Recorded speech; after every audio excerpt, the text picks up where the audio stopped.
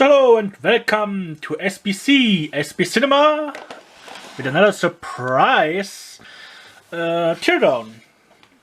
Yeah, and as you can see, today's object is a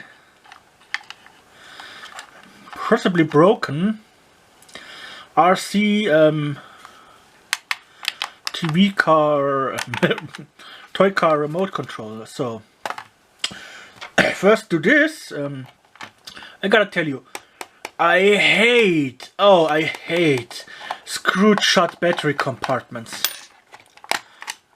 And it takes the only batteries I don't have. Well, let's assume it's broken and just start screwing. But first of all, it got quite a variety of buttons on here, you know. You got two infrared, so it's not RC radio control, it's IC infrared control. Yes, two infrared LEDs in the front, so it practically works like, let me grab it, oh yeah, like your TV remote control, you know. You press the button and the infrared blinks, and I have turned my TV on. So the screws come out easy. Yeah, you can speed this part up. You don't have to watch me take screws out of things, but I can tell you a joke while I do it.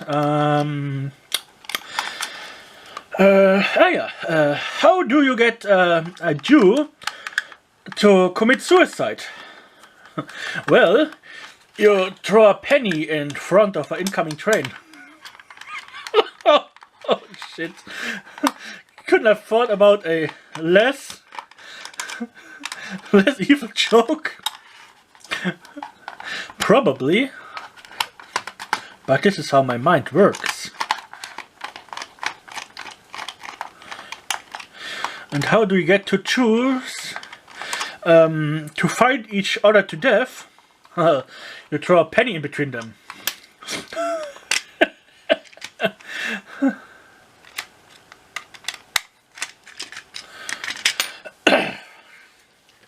And how do you get a Jew to sell you his mom? Well, just offer him a penny. Okay, now jokes are over and let's open this thing. It's interesting. First I have seen with 3 AA's. They usually use triple A's, so I haven't had any of the other ones around. Oh, we do have a very inconveniently soldered on battery box here, and a small circuit board. I have a marking on here, HADH888 TI, and a date 2019 13 and 4, also 4th month 13th day and 2019, so this thing is not old. So let's see how we can get the circuit board out of here. Is there any screw hidden here, or is it just this power LED that they have? Let me pause. Okay, this is epoxy glued in here. You can see one drop of the epoxy glue. They have just dripped it in here where the LED is, so we have no other choice but to go a bit, do it a bit destructive, you know, which is not a problem. I don't have any thing I could control with this remote control, you know. It's just a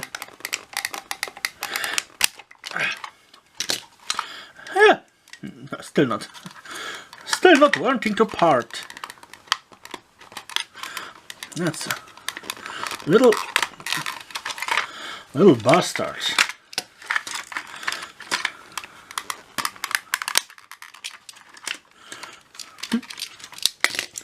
I have it out now. No, it's still hanging on. I will not cut myself here directly on camera. No. Not for this simple little... Ha! We have it. Sometimes you have to be violent. Because violence might not be the best solution, but it is the one that always works. So, let's take this white thing away here so we have a bit more depth here. So, this is it. Da-da-da-dam! And I have to tell you, from what I can see, for a cheap, gimmicky little toy product, this is quite a sophisticated... Nah, it's not sophisticated, it's primitive, but it is well made. See, we do have two real potentiometers here. Not just as switches, those are real potentiometers, see? They are quality. This one stays where it is. This one is spring-loaded. We got two infrared LEDs, so two channels. Obviously it's not RC controlled, radio controlled, like the expensive ones, but look at this. Real clicky buttons. Seriously? I mean, most things, they just use like those rubber plungy buttons, like a TV remote, but this has a really... They have gone for the clicky switches and for real potentiometers. I have to look up from what this was, but you know, this is actually quality components in a cheap housing. And now let's take our little multimeter here and switch it to continuity check. So we can see if we are able here to simply make those LEDs light up. So usually, I guess it's... Let's put it on here. Can we see something here in the...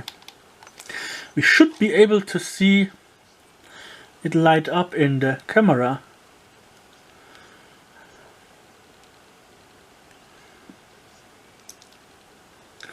I cannot see anything.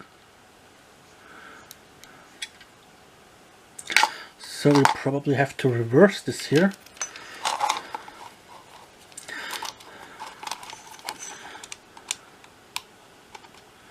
Is it doing something?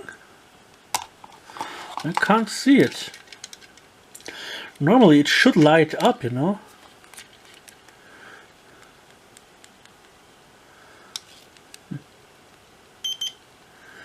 Maybe it's just not making contact.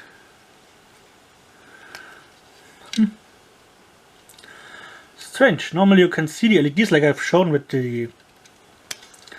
But maybe it's just too much light here. Let me take the light down a bit. Now we have darkness.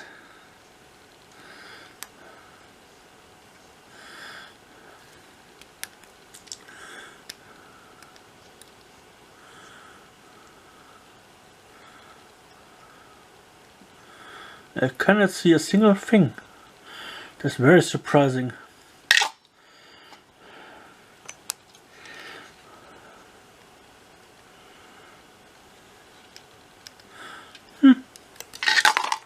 Whatever. Have I gotten here to the right mode? Yeah.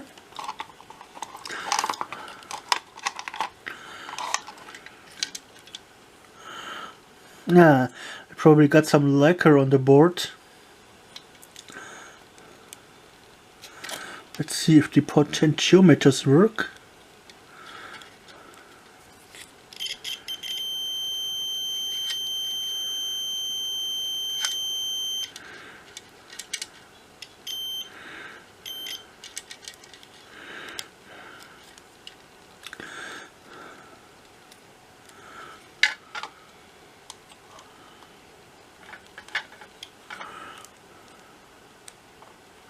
Yeah. Let's put this display in here so you can see it.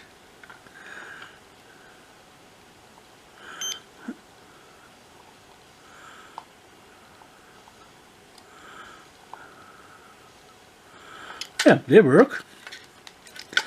This epoxied in power LED, it could probably power it with the multimeter if we were able to see the, yeah, see.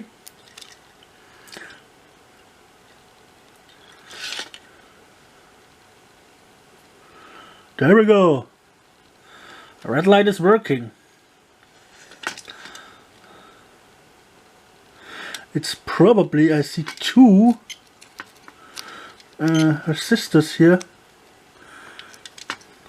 Probably a color changing one with red and green. But what I'm surprised is I cannot see the infrared LEDs in the camera. Usually we can see them. But here, who knows? We should also be able to see something measuring here. Ah yeah, at least we can measure a resistance if we go the other direction. I think we have a faint glow here. Do we?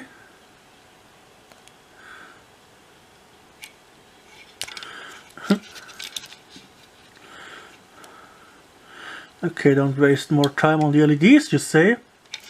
Yeah, who cares? Yeah, now let's take a bit of a more closer look at the rest of the components. And there's not much. There's only this 8-pin, or is it 6-pin or 8-pin? It's an 8-pin microcontroller. So the whole thing is controlled by this little 8-pin microcontroller, which makes sense. They are designed to, you know, regulate light output. The same kind of microcontroller you find in a generic click flashlight today, or in most everything.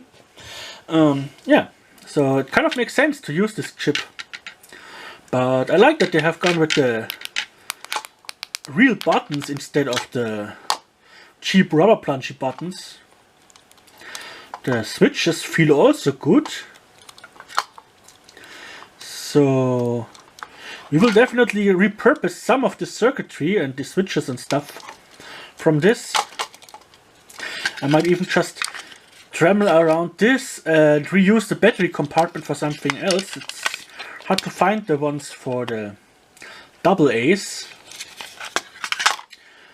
Yeah, and the reason I picked it up in the first place was because I needed the LEDs, infrared LEDs. They're hard to find.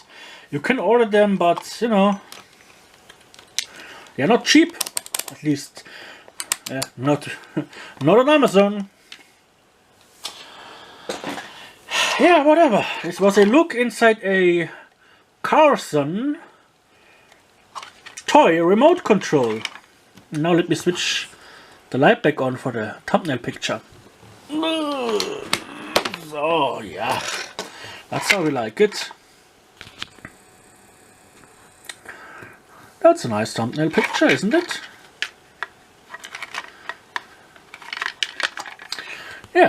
Yeah, we'll scavenge out the LEDs of this little baby. That's what I am after. Nice project coming up. Let's see if I can use something else. I mean, they are great here. They might be good to control a little toy boat or something. Yeah. I mean, today you get everything cheap from China, but you know, how long will this still be possible? It will be not so long, I guess. And then reusing components of something else might be the only way to get other things working again. And then I'll become a millionaire very soon. Because I have tons of old junk like this and I know how to work with it. I keep this, you know, because And there we see I have used the transistor checker here, and you can see this LED lights up, but to my bare eye it is invisible. Yeah, it's infrared light. Let me unplug the big light fixture here. Yeah, you can see.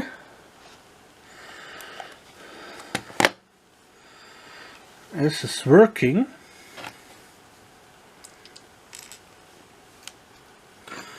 And the black sleeve side. Black sleeve goes here. If we reverse it, it shouldn't do a thing. Yeah. Yeah. It's a good thing that you can use this to test LEDs as well. Let's put the little heat sleeve over it.